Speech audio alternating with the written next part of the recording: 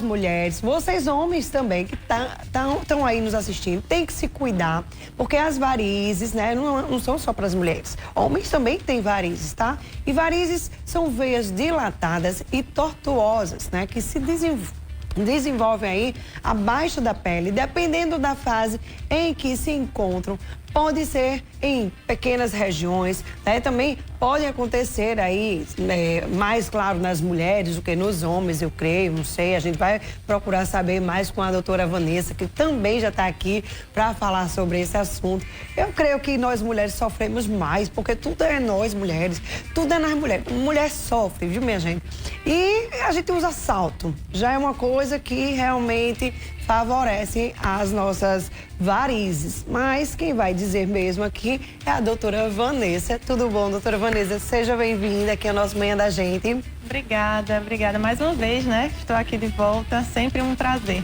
É verdade. Olha só, você pode estar tirando dúvidas através do nosso WhatsApp, mandando sua pergunta no 981457570. Hoje vamos falar sobre varizes, mas aí se você tiver alguma dúvida relacionada aí com a angiologista, você pode fazer sua pergunta, tá bom? Vamos saber o que são varizes, doutora Vanessa. Explica um pouquinho pra gente. Então, por definição, são veias que são dilatadas e tortuosas. Certo. Por conta disso, ela não tem aquela função de uma veia normal, que é conseguir subir o sangue de volta para o coração. Ela vai perdendo a sua função, vai se dilatando, por conta disso vai ganhando essa tortuosidade e perde a sua função de fazer o retorno venoso, né, de volta ao coração. Bora lá. Eu acho que nós mulheres temos mais tendência a ter varizes do que os homens, é verdade? É verdade. Tanto homens quanto mulheres podem ter varizes, só que pela questão hormonal, as mulheres acabam tendo uma facilidade maior Eu de não ter estou varizes. dizendo que a gente tem esse problema de ter tudo é a mulher, tudo é a mulher. Existe uma diferença entre vasinhos, varizes? Pronto, vasinhos, o nome técnico, né, que a gente fala são telangiectasias, que são aqueles vasinhos bem fininhos, que eu até falo na minha consulta, que parece que alguém pegou uma caneta e riscou sua pele, de tão superficial e tão fininho que é. Já varizes são os vasos mais dilatados e tortuosos, que ficam um pouquinho abaixo da pele. Certo. Quando é que a gente deve, sim, se preocupar com as varizes? Sempre que vê. Viu variz na sua perna, já está no momento de procurar. Já tem que estar se preocupando, né? Isso, porque se você não trata, a tendência natural dessa doença é sempre evoluir. Por exemplo, se você conhece alguém que tem varizes, pergunte. Há um ano atrás era assim? Há 2 anos atrás era assim? Não é, vai aumentando. Então, quanto mais cedo você procurar ajuda, melhor, porque você não vai deixar aquilo crescer, acumular, e não só visual, mas funcional também. A pessoa vai tendo varizes e vai começando a ter sintomas também. Então, isso vai impactando muito a qualidade de vida. Para quem pega muito peso na academia, faz muito exercício físico, isso pode também estar piorando nossas varizes? Não, isso é um Já grande que vai mito. pegar peso, vai empurrar, né? Tá lá fazendo leg press, né? A gente aí vai pá, aí faz um negócio muito, né? Da batata, de lado. Isso não dá? Não, assim, lógico que todo exercício deve ser acompanhado por um profissional. E tudo em excesso acaba sendo, de uma certa forma, traz algum malefício para a nossa saúde, mas a atividade física, de uma forma acompanhada e bem feita, ela faz bem para a nossa saúde vascular. Por quê? Eu sempre falo, o coração bate, a gravidade puxa e o sangue desce com facilidade. Quem sobe o nosso sangue de volta ao coração é a nossa musculatura. Logo, a gente tem que estar em movimento e com a musculatura tonificada. Uma pessoa que é sedentária, está com a musculatura toda flácida, como que esse sangue vai retornar, né? Não tem como. Então, a nossa atividade física é fundamental para ajudar nesse retorno venoso. Então, essa história de que praticar atividade física, fazer musculação causa varizes, é justamente o inverso. Musculação e manter sua musculatura tonificada faz bem para o retorno venoso conseguir ser feito e esse sangue realmente chegar ao coração.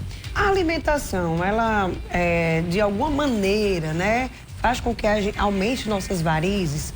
Tem a questão da alimentação também, que pode também estar piorando? A alimentação saudável, ela faz bem para todo mundo, né? Na verdade, se você for pensar, agora está uma época de muito calor, né? As pessoas que têm varizes estão sentindo mais esses sintomas de dor, peso, cansaço nas pernas. Então, obviamente que uma alimentação com muito sódio, muitos industrializados, vai acabar retendo mais líquido e você vai acabar tendo mais inchaço e esses sintomas de varizes. Mas a causa de varizes é uma causa genética. A gente herda. Tem varizes por hereditariedade. A alimentação, falta de atividade física, tudo isso faz com que essa genética se manifeste mais. Mas a causa mesmo é a herança genética. A gente pode ter varizes em vários lugares do corpo, né, doutora? Até no rosto, no nariz. É verdade que a gente também tem varizes até perto do olho aqui? São mais vasinhos, que são aqueles fininhos, né? que eu comentei antes, que são as telangiectasias, mas a gente fala popularmente como vasinho. Pode ter na asa do nariz, tem aquelas olheiras vasculares, tem aquela veia da testa aqui na frente, vasinho pelo queixo. Pode ter varizes pélvicas, né? Dando algumas dores também na região pélvica. E varizes em membros inferiores, que é realmente a mais comum. Trombose, uma coisa que todo mundo fica preocupada com a questão da trombose. Quando que a pessoa tem uma trombose? É só em cirurgia? A pessoa pode ter até, sei lá, tô sentada aqui, de repente eu tenho uma trombose, fazendo algum tipo de atividade, uma caminhada. A trombose é devido ao quê? E por que tem muitas pessoas que têm essa trombose? E eu queria saber em que lado da perna dá mais essa trombose. Se é no direito, se é na esquerda? Pronto. Trombose pode acontecer em qualquer lugar do corpo, mas de todos os lugares do corpo, o mais comum é nas pernas. Certo. O mais comum é acontecer numa perna só. Não existe essa prevalência de mais na direita ou esquerda, mas é mais comum ter numa perna. Porque trombose é o quê? O sangue vai coagular. O nosso sangue é fluido, está circulando, toda a nossa circulação passa pelo coração, desce para a perna, da perna volta para o coração. Então tem que ter essa circulação acontecendo o tempo inteiro. A partir do momento que por uma estase sanguínea, estase venosa, quer dizer, o sangue está ali passando lentamente, mais lentificado, ele acaba tendo a tendência a coagular. E esse coágulo é um trombo, deu o diagnóstico de uma trombose venosa. Então é muito mais difícil esse coágulo acontecer ao mesmo tempo nas duas pernas. Ele vai coagular num lugar só. Então é muito importante que as pessoas se atentem, até é um serviço importante eu estar falando aqui para pessoas leigas em casa, né? Entenderem que quando você tem uma dor e um inchaço numa perna só, procure ajuda. Porque quando a gente tem trombose, a principal preocupação minha como médica não é dar trombose em si na perna, mas é de evitar a sua principal complicação, que é a embolia pulmonar. Então, uma trombose diagnosticada precocemente, já instituído o tratamento de imediato, a gente vai proteger a embolia pulmonar, que é a nossa principal preocupação nesse momento da trombose aguda. Teve dor e inchaço numa perna só, procure imediatamente ajuda. Inclusive, teve uma modelo agora, dançarina, né? Que ela passou por uma lipo no joelho. Eu não sei o que danada ela foi tirar, porque ela queria tirar no joelho uma gordura. E, gente, a mulher é perfeita, né? Mas aí queria tirar uma gordurinha no joelho. E aí deu essa embolia pulmonar, né? Foi devido ao quê? Será que pegou um vaso errado? Será que aconteceu alguma coisa? O que danado pode ter acontecido, doutora? Primeiramente, a indicação cirúrgica, assim, a gente não sabe, né? Não sei por que indicou cirurgia, o que realmente causou, mas o que a gente pode conversar, sabendo desse caso que ganhou mídia, né? É que ela foi fazer uma lipoaspiração dos joelhos. E houve eu não acompanhei muito, mas houve uma conversa que foi para tratar de lipedema, que a gente pode conversar aqui também. Lipedema tem um tratamento cirúrgico, mas é o último tratamento. A gente passa por um tratamento clínico, que se não for resolutivo, aí a gente pode indicar uma lipoaspiração, mas não é primeiro tratamento, né? Mas enfim, foi uma lipoaspiração do joelho, né? Que na verdade deve ter sido da coxa, ali a gordurinha próxima. E aí evoluiu com a embolia pulmonar maciça, ou seja, quando um êmbolo muito grande entope uma artéria pulmonar a ponto de causar realmente intercorrências mais graves, que acabou levando, infelizmente, ao óbito dela. O que é que acontece? Numa cirurgia, a gente tem um fator de risco de ter trombose, geralmente no pós-operatório. Então, você passa por uma cirurgia grande, você geralmente acaba ficando muito tempo de repouso, muito tempo parada, o que facilita aquela estase venosa que eu comentei. Então, por isso que a gente não deve ficar muito tempo parado. Vai viajar, faz uma cirurgia grande, a gente fica muito tempo parado e isso facilita ter trombose, são fatores de risco. Então, geralmente, passou por uma cirurgia grande, o seu médico deve orientar a usar meia elástica, algumas vezes um anticoagulante, porque são medidas protetoras contra a trombose, justamente visando não ter trombose e não ter a principal complicação, que é a embolia pulmonar. Agora, no intraoperatório, já no momento da cirurgia, ter feito uma trombose e ter embolizado para o pulmão e ter levado a pior e principal intercorrência, né, que foi óbito, é uma coisa que pode acontecer, porque ela pode ter uma trombofilia, por exemplo, que é uma herança genética que facilita ter trombo, né, ter trombo com mais facilidade do que outras pessoas. Ela pode já ter entrado na cirurgia com alguma trombose que não tinha sido diagnosticada e ter embolizado na hora. Mas são causas, na minha opinião, menos prováveis. O que eu acho que pode ter acontecido, né, a gente não estava lá, é ter feito uma embolia gordurosa. Pela lipoaspiração, mexendo ali com aquela cânula da lipoaspiração, fica movimentando muita gordura, né, e aspirando, pode ter entrado um pouquinho dessa gordura numa veia e é essa gordura que embolizou, e não o sangue coagulado, que é a trombose venosa. E aí essa gordura emboliza, entope a artéria pulmonar e leva às intercorrências, né? É verdade. Já que você falou do lipedema, explica um pouco mais sobre o que seria o lipedema.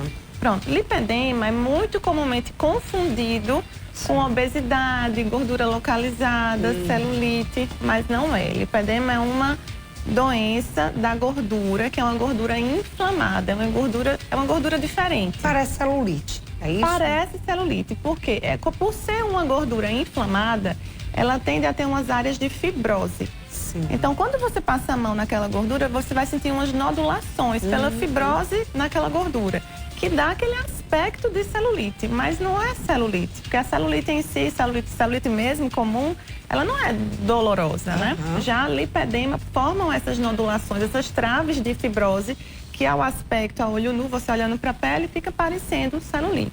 Mas é uma gordura diferente, como eu falei, então a pessoa não aguenta toque, tem uma hipersensibilidade, dói muito, fica roxa com muita facilidade, nem lembra que bateu em algum lugar, mas uma micro pancadinha já fica cheia de roxa, e é uma gordura que favorece o acúmulo em membros, ou braços ou pernas, mais comum nas pernas, e polpa tronco. Então é aquela pessoa que tem a cinturinha fina, não tem barriga, e tem a coxa muito grossa, ou a perna muito grossa, e também polpa pé. Então é aquela pessoa que tem aquele pé magrinho, com a canelinha, panturrilha, coxa, quadril, super mais tudo assim, mais gorduchinho, sem cheinho, barriga, mais cheinho, sem barriga e o pé magrinho.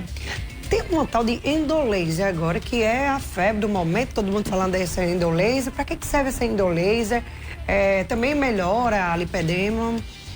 Pronto, então. Explica um pouquinho dele. O endolaser é uma fibra que na ponta vai ter uma energia térmica, que é o laser. Certo. E a gente fala de endolaser porque essa fibra eu vou inserir dentro de uma veia e tratá-la de dentro para fora. Certo. Que a gente pode fazer, por exemplo, varizes. Uma cirurgia convencional, eu vou retirar essas veias, fazer um microfurinho e puxo essa variz para poder tratar.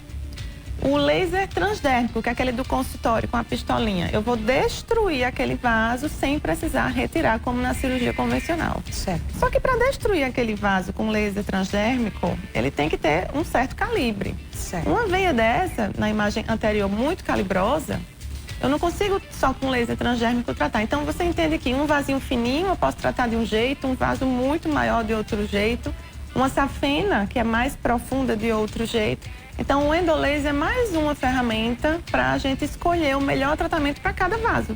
Porque cada vaso tem calibre, profundidade, tudo diferente, cor do vaso diferente.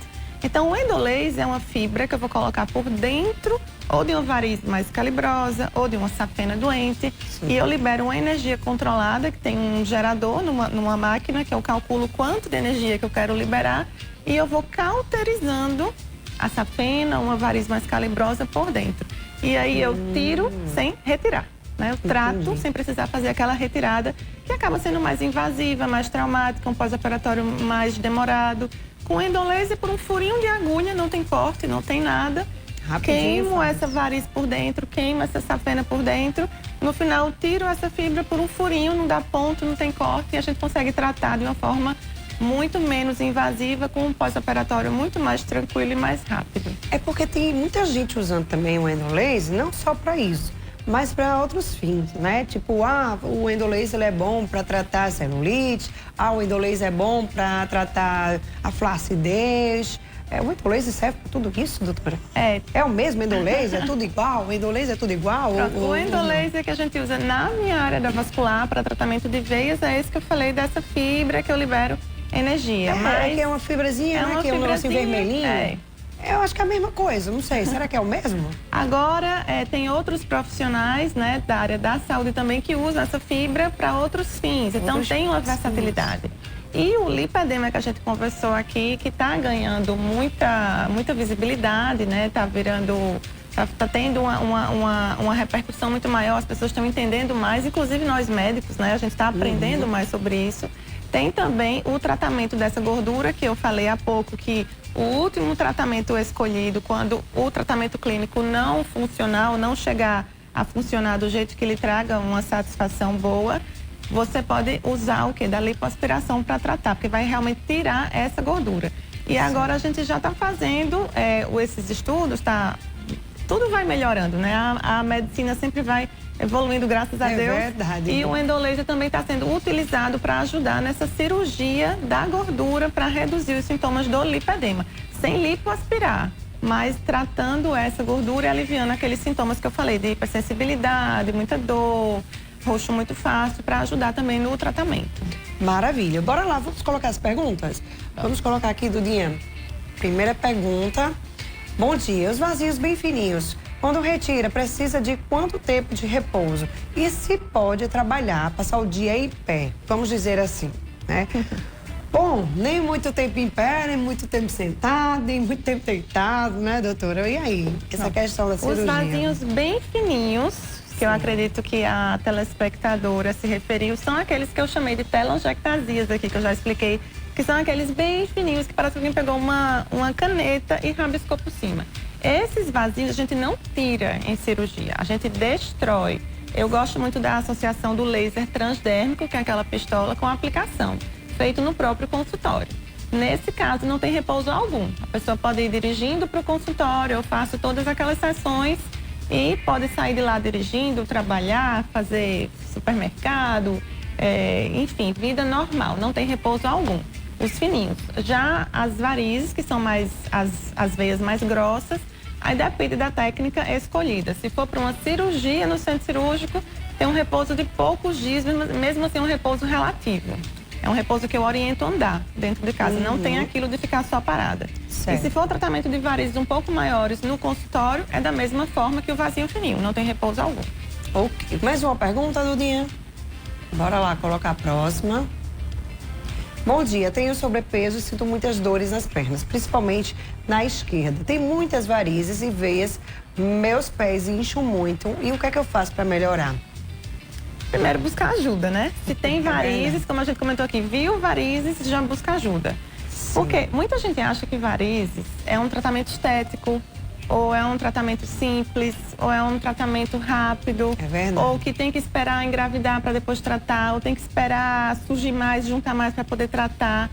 E não é. Doença venosa é uma doença complexa, a gente tem que fazer um ultrassom com Doppler para ver de onde aquela variz vem, se vem de uma safena, se vem de uma variz mais interna e fazer o tratamento mais otimizado, e eu sempre falo, de dentro para fora. Se você tem uma variz interna que está dando origem àquele vasinho menor, que está dando origem à telangiectasia, eu tenho que tratar da variz interna para o menorzinho, para aquele que está lá na superfície. O tratamento sempre deve ser feito de dentro para fora. De dentro para fora. Então, a gente tem que tratar da maneira mais otimizada possível, né? Então, viu que tem varizes e outra com sintomas, né? Já está num estágio que não é só visual, já tem dor, cansaço. Então, buscar ajuda. E enquanto não busca ajuda, o que pode aliviar? Fazer atividade física, porque vai tonificar aquela musculatura que vai ajudar no retorno venoso. Perfeito, isso ajuda muito.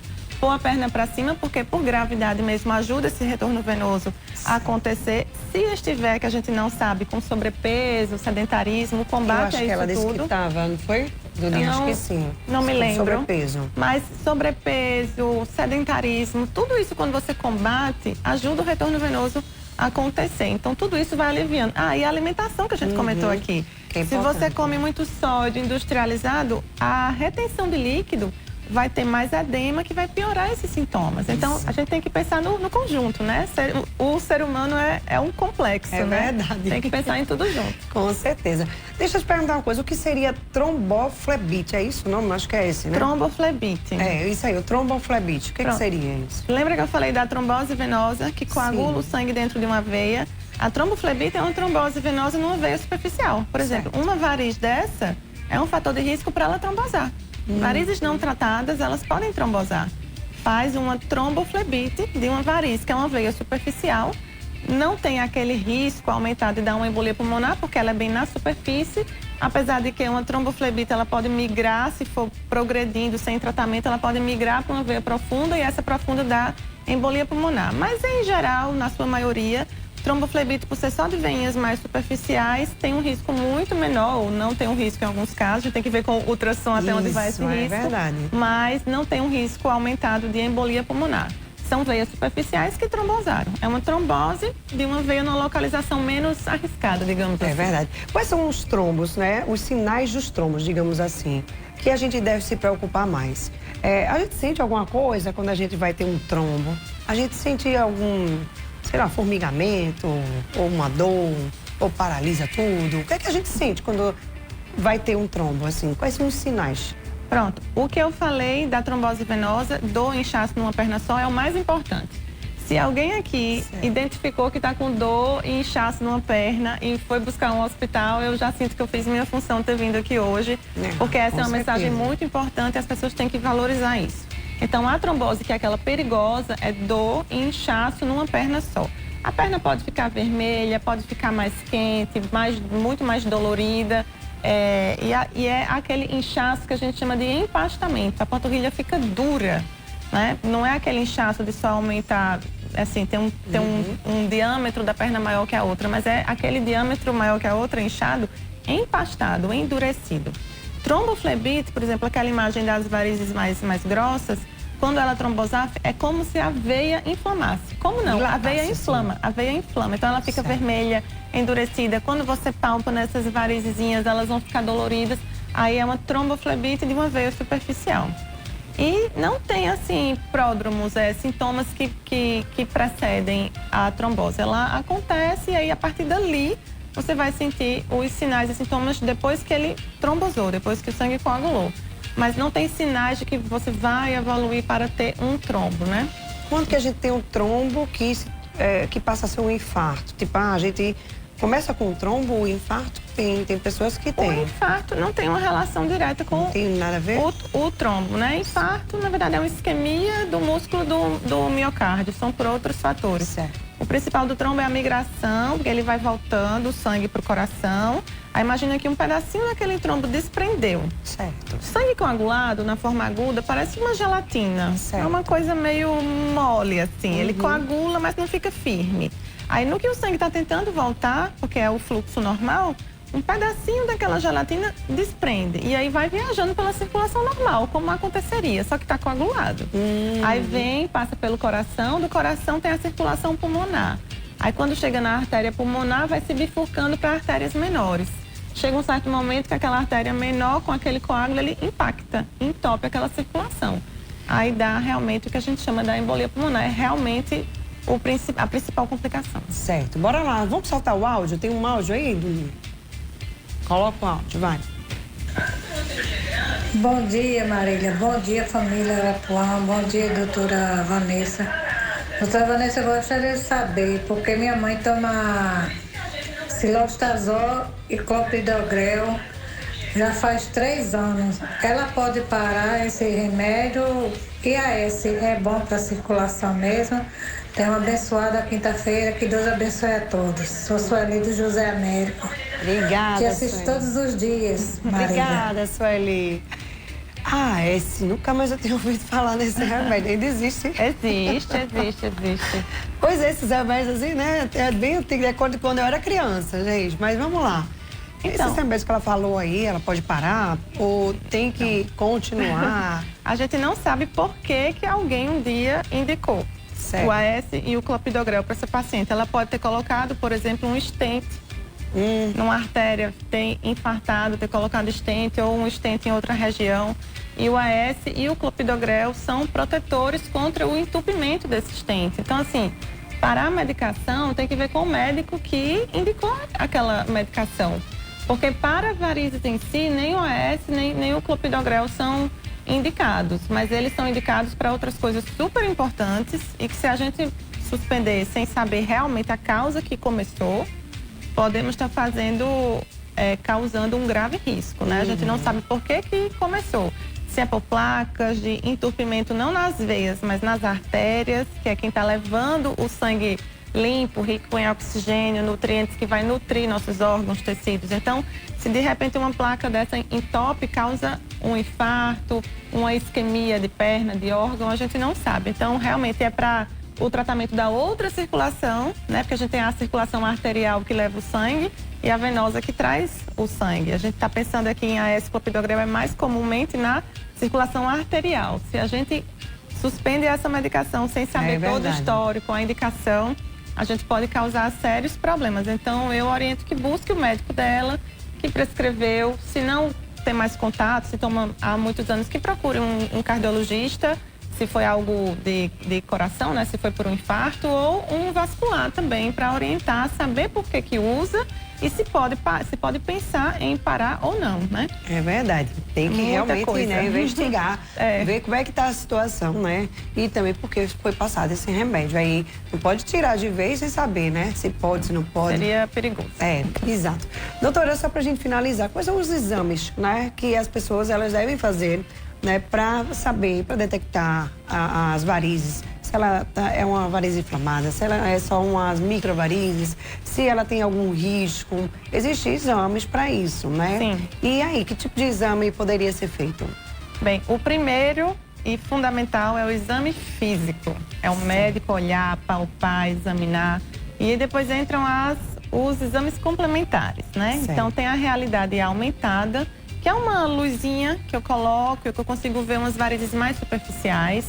Tem um fleboscópio, que é uma tecnologia super parecida para eu ver essas varizes mais superficiais. E o principal, que eu vou conseguir mapear toda a circulação e dar aquele diagnóstico que eu falei de dentro para fora, o que é que está acontecendo no profundo, até chegar nas varizes superficiais, é a ultrassonografia com Doppler. Certo. Esse é um exame que eu não faço nenhuma secagem de vasinho pequeno sem ter feito um Doppler antes. Porque às vezes você tem só vasinho fininho, vem para mim por uma queixa completamente estética. Quando faz ultrassom com Doppler, tem uma variz mais profunda ou até tem uma safena doente e a pessoa nem imaginava. Então, é importantíssimo fazer todos esses exames para fazer, nem que seja na sua cabeça, um procedimento estético, mas que para mim nunca é estético. Maravilha, viu? Doutora Vanessa, deixa o seu Instagram aí, né? Para quem quiser ir procurar, saber mais informações, também ver, lá tem muita coisa, né? Que você sempre está postando sobre as varizes. Deixa o pessoal saber qual é. Doutora Vanessa? É doutora DRA Vanessa Cabral. Então vão lá, sigam ela, vejam todo o trabalho dessa maravilhosa aqui. Ela é fantástica, vocês viram, né? Olha, quem chega aqui já vai falando, você já vê que é uma ótima médica, viu, minha gente? É muito boa essa profissional, tenho certeza que vocês vão adorar. Obrigada, viu, doutora Vanessa? Eu que agradeço. Arrasou. Sempre um prazer enorme estar aqui, estou muito feliz. Muito bom, tirou todas as nossas dúvidas, né, minha gente? Se eu pudesse, eu ia ficar perguntando mais, mas como eu tenho um tempo muito corrido aqui, né, gente, aí não dá pra gente saber mais informações sobre isso. Mas eu acho que eu consegui, né, perguntar bastante coisa da doutora Vanessa. Mas olha, gente, vou falar do Colégio Colibri Atenas, que é referência